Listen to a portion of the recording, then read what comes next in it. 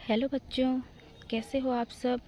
आशा करती हूँ कि आप सब ठीक होंगे। तो आज हम देखते हैं कक्षा 8 विज्ञान विषय का अध्याय 2 सूक्ष्म जीव, मित्र एवं शत्रु। तो आज हम क्वेश्चन आंसर सॉल्व करते हैं, ठीक है।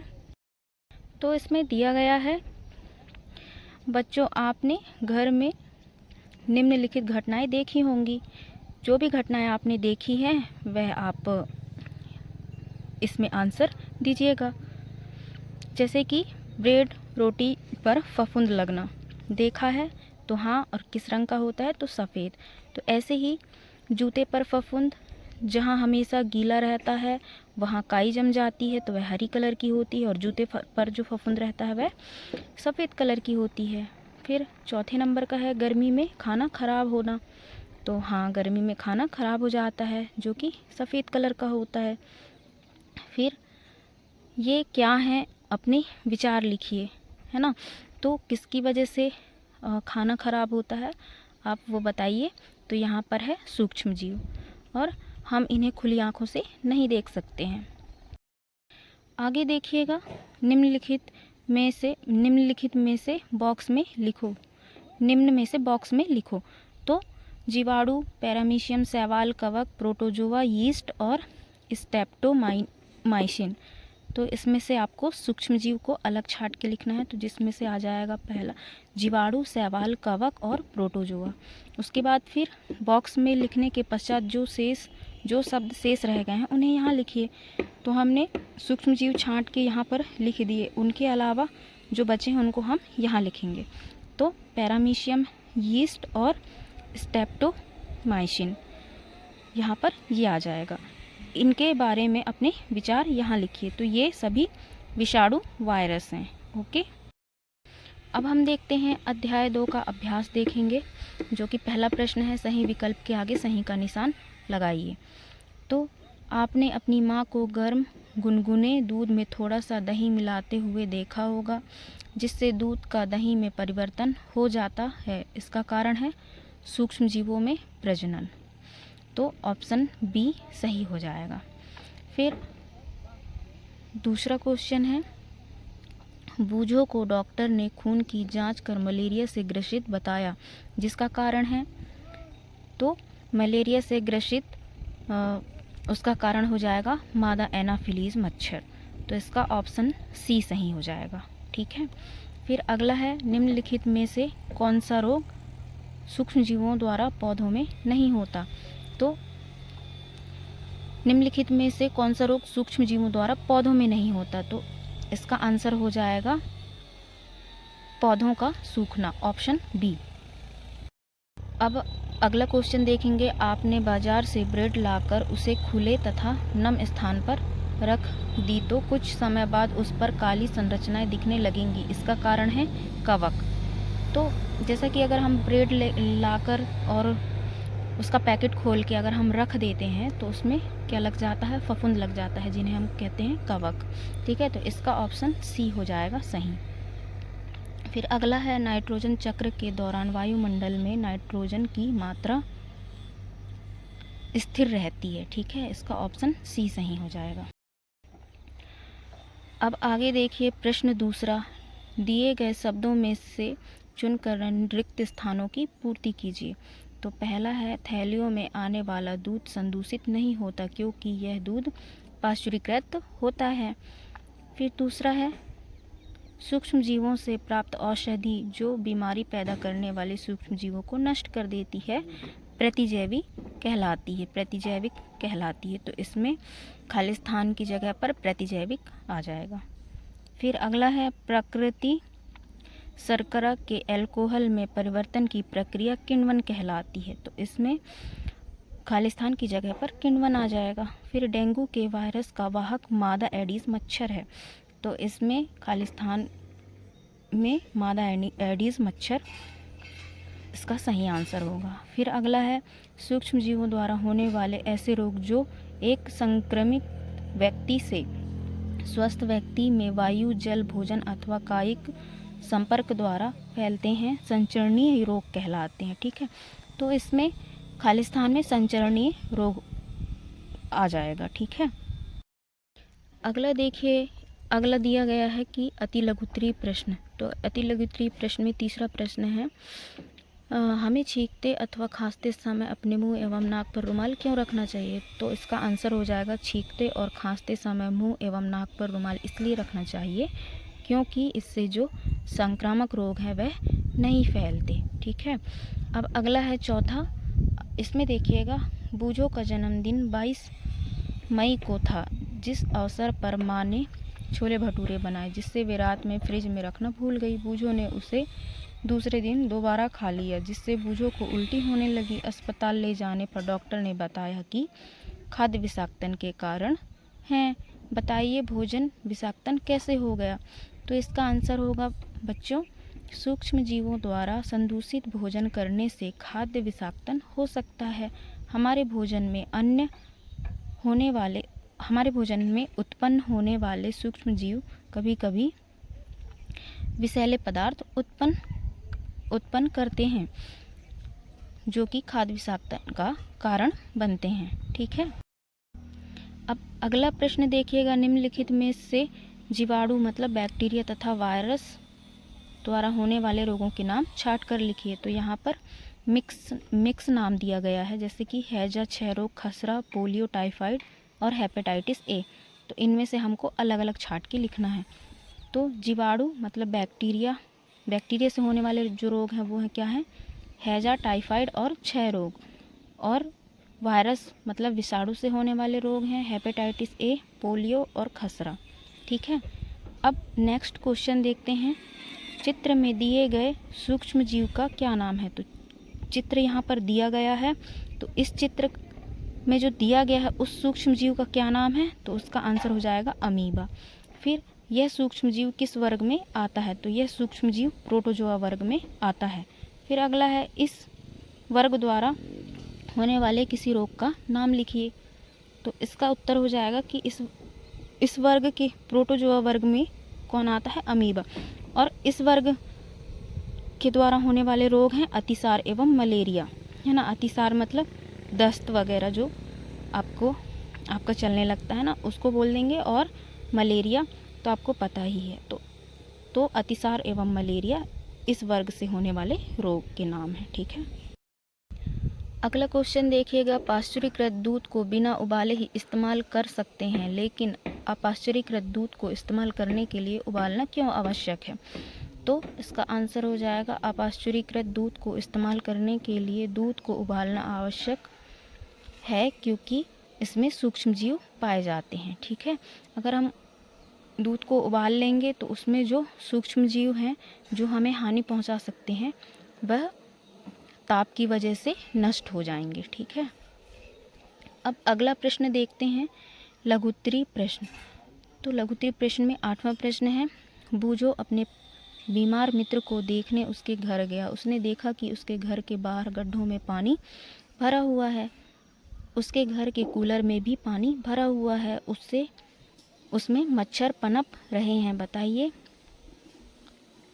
तो इसमें प्रश्न दिया है, बूझो का मित्र कौन कौन सी बीमारी से ग्रसित हो सकता है? तो बूझो का जो मित्र है वह डेंगू और मलेरिया जैसी बीमारियों से ग्रसित हो सकता है।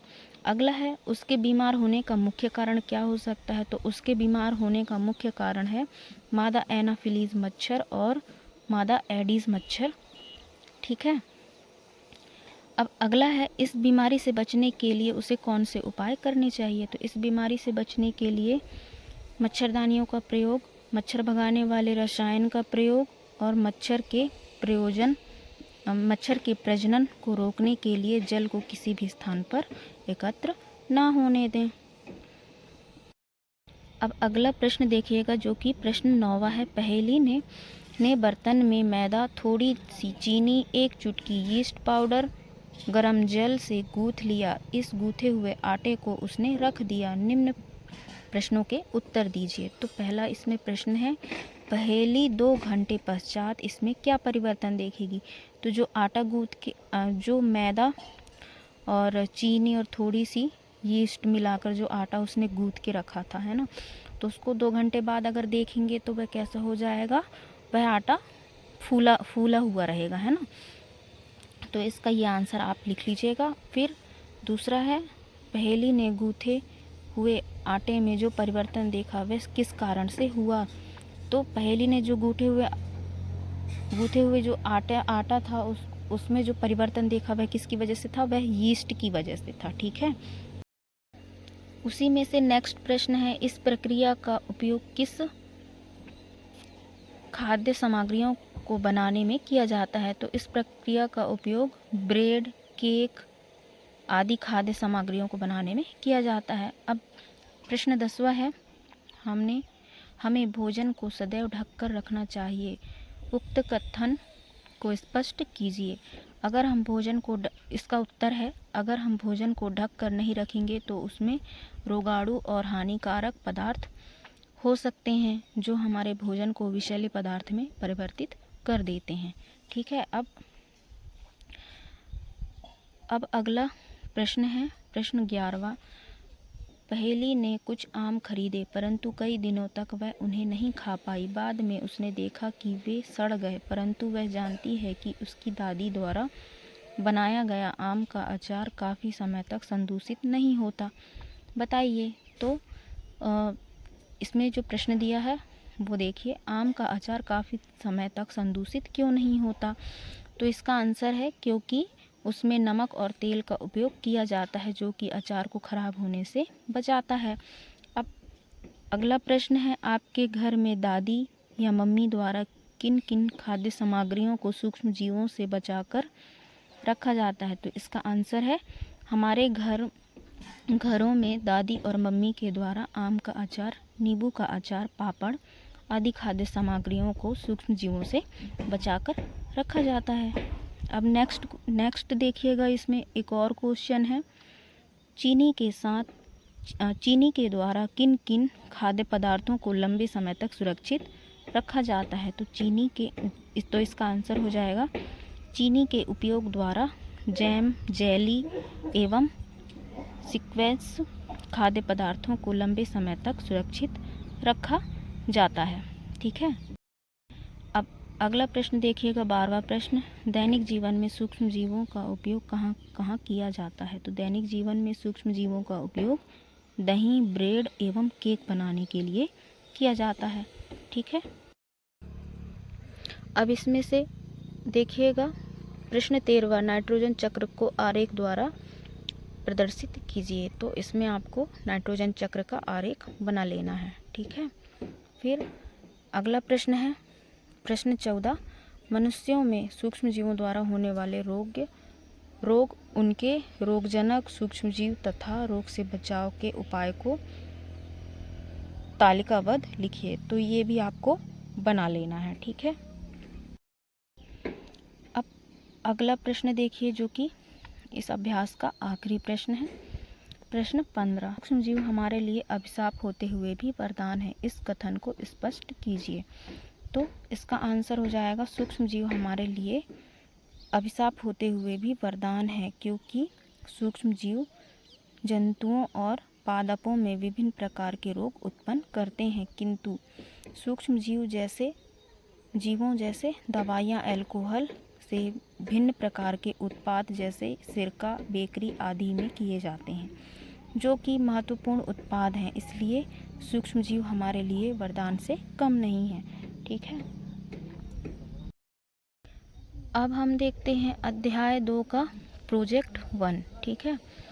तो इसमें प्रोजेक्ट 1 में दिया गया है, देखिए, 2 गमले लेकर प्रत्येक को मिट्टी से आधा भर दीजिए, इन्हें ए एवं बी चिन्हित कीजिए। ए गमले में पौधों का कचरा तथा जंतु अपशिष्ट भर दीजिए और गमले बी में पॉलीथीन की थैली, कांच की खाली बोतलें तथा प्लास्टिक के टूटे खिलौने भर दीजिए। 3 से 4 सप्ताह बाद इनका परीक्षण कर निम्नलिखित प्रश्नों के उत्तर दीजिए। तो इसमें पहला प्रश्न है, क्या आपको दोनों गमलों की वस्तुओं में अंतर दिखाई देता है। तो आंसर हो जाएगा कि हाँ, हमें दोनों गमलों की वस्तुओं में अंतर दिखाई देता है। और दूसरा प्रश्न है, दोनों गमलों में से किस गमले की सामग्री का अपघटन हो गया। तो इसका आंसर हो जाएगा गमला ए की सामग्री का अपघटन हो गया। अब नेक्स्ट क्वेश्चन है सामग्री के अपघटन का क्या कारण है। तो आंसर हो जाएगा इसका, अपघटन एक प्रकार की प्रक्रिया है जिसमें तत्व अलग अलग सूक्ष्म भागों में विभाजित हो जाते हैं। अगला प्रश्न है, जिस गमले की सामग्री का अपघटन नहीं हुआ उसके क्या कारण हो सकते हैं। तो आंसर हो जाएगा, गमला बी की सामग्री का अपघटन नहीं हुआ क्योंकि उसके तत्व अलग अलग सूक्ष्म भागों में विभाजित नहीं हुए हैं। अब अगला प्रश्न देखिएगा, जिस गमले की सामग्री का अपघटन हो गया उसके क्या उपयोग हैं। तो उत्तर हो जाएगा, गमला ए की सामग्री का अपघटन हो गया क्योंकि उसका उपयोग भूमि की उर्वरा शक्ति बढ़ाने में किया जाता है। ठीक है, तो ये हमारा प्रोजेक्ट 1 कंप्लीट हो गया। अब हम देखेंगे प्रोजेक्ट क्रमांक 2। तो इसमें प्रश्न दिया गया है, आप अपने दैनिक जीवन में जिन डिब्बा बंद या पैकेट बंद भोज्य पदार्थों का उपयोग करते हैं उन सामग्रियों के पैकेट का सूक्ष्म अवलोकन कर निम्नलिखित तालिका को पूर्ण कीजिए। तो इसमें से ये आप देख के आपको भर लेना है तालिका। हालांकि ये बुक में भी दिया गया है, आप बुक से भी भर सकते हो और आपको अगर यहाँ से भी भरना है तो आप यहाँ से भी भर सकते हैं। ठीक है, अब नेक्स्ट प्रश्न देखिए, अपनी मम्मी या दादी से पूछकर पता लगाएं कि वे घर में किन किन भोज्य पदार्थों को लंबे समय तक संग्रहित करती हैं। तो घर में चावल, दाल, गेहूँ, आलू इत्यादि भोज्य पदार्थों को लंबे समय तक संग्रहित करते हैं। नेक्स्ट क्वेश्चन है, इन भोज्य पदार्थों को संग्रहित करने के लिए कौन कौन से तरीके अपनाती हैं, लिखिए। तो इसका आंसर हो जाएगा, इन भोज्य पदार्थों को संग्रहित करने के लिए नमी रहित डिब्बों में रखते हैं एवं उन्हें धूप में सुखाते हैं, है ना। अब नेक्स्ट क्वेश्चन है और आखिरी क्वेश्चन है। ठीक है, तो देखिए, भोज्य सामग्री के अलावा भी घर में कोई ऐसी वस्तुएं भी है जिनको सुरक्षित रखने के लिए कई उपाय किए जाते हैं, यदि हो तो सूचीबद्ध कीजिए। तो इसका आंसर हो जाएगा, प्याज, पापड़, दाल बड़ी, आलू, लहसुन आदि। ठीक है, तो हमारा ये प्रोजेक्ट 2 समाप्त हो गया और इसके साथ साथ हमारा अध्याय 2 भी कंप्लीट हो गया। ठीक है, नेक्स्ट अभ्यास के लिए हमारे चैनल को सब्सक्राइब कर लीजिएगा और वीडियो को लाइक करके अपने दोस्तों को भी शेयर कर देना। ठीक है, धन्यवाद, बाय बाय बच्चों।